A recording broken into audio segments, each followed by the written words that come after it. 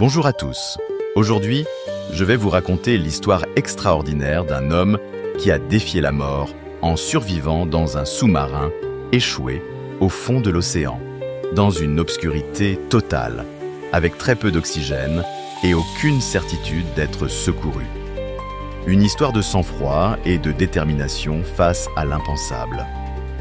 Nous sommes en mai 1945, en pleine Seconde Guerre mondiale. La guerre touche à sa fin en Europe, mais dans l'Atlantique, les combats navals font encore rage.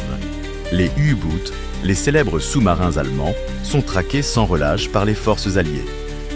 À bord de l'U-977, un sous-marin allemand de la Kriegsmarine, Heinz Wilhelm Eck, un jeune officier, est en mission lorsqu'un chasseur de sous-marins britannique détecte leur présence.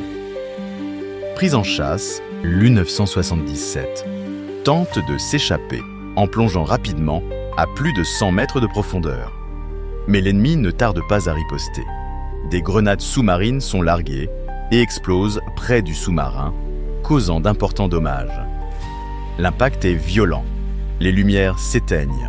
Une brèche se forme à l'arrière du navire et l'eau commence à s'infiltrer à une vitesse terrifiante. Heinz Wilhelm et son équipage savent que leur situation est désespérée. Une remontée en urgence signifierait une attaque immédiate des navires alliés. Pire encore, la salle des machines est inondée, rendant toute manœuvre impossible. En quelques minutes, l'U-977 coule et se pose sur le fond marin, à plus de 60 mètres sous la surface. La plupart des membres de l'équipage périssent rapidement, piégés dans des compartiments inondés. Mais Heinz Wilhelm se retrouve coincé dans une section étanche, avec quelques autres survivants. Leur unique source d'oxygène est l'air encore piégé dans la coque. Les heures passent, puis les jours. L'oxygène se raréfie et le dioxyde de carbone atteint un niveau critique. Pour tenter de ralentir leur consommation d'air, ils limitent leur mouvement, s'allongent au sol et respirent lentement. Heinz Wilhelm, malgré la panique et l'obscurité totale, sait que leur seule chance est d'attendre un miracle.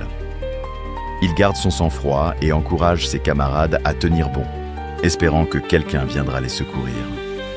Après 3 jours, alors que tout espoir semble perdu, des bruits métalliques résonnent au-dessus d'eux.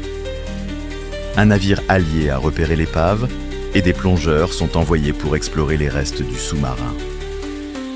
En frappant contre la coque, Heinz Wilhelm leur répond en tapant avec une clé à molette. Les sauveteurs, stupéfaits de trouver encore des survivants, organisent une opération d'extraction. Après plusieurs heures d'efforts, Heinz Wilhelm et les derniers de rescapés sont finalement remontés à la surface. À leur sortie, les marins alliés n'en croient pas leurs yeux. Ces hommes ont survécu dans un espace confiné, sans lumière, presque sans oxygène, pendant plus de 72 heures. Le cas de Heinz Wilhelm Eck est resté dans l'histoire comme l'une des plus longues survies connues dans un sous-marin coulé. Sa capacité à rester calme, à gérer la panique et à attendre patiemment un secours improbable a défié toutes les attentes. Aujourd'hui encore, cette histoire est étudiée par les spécialistes de la survie sous-marine.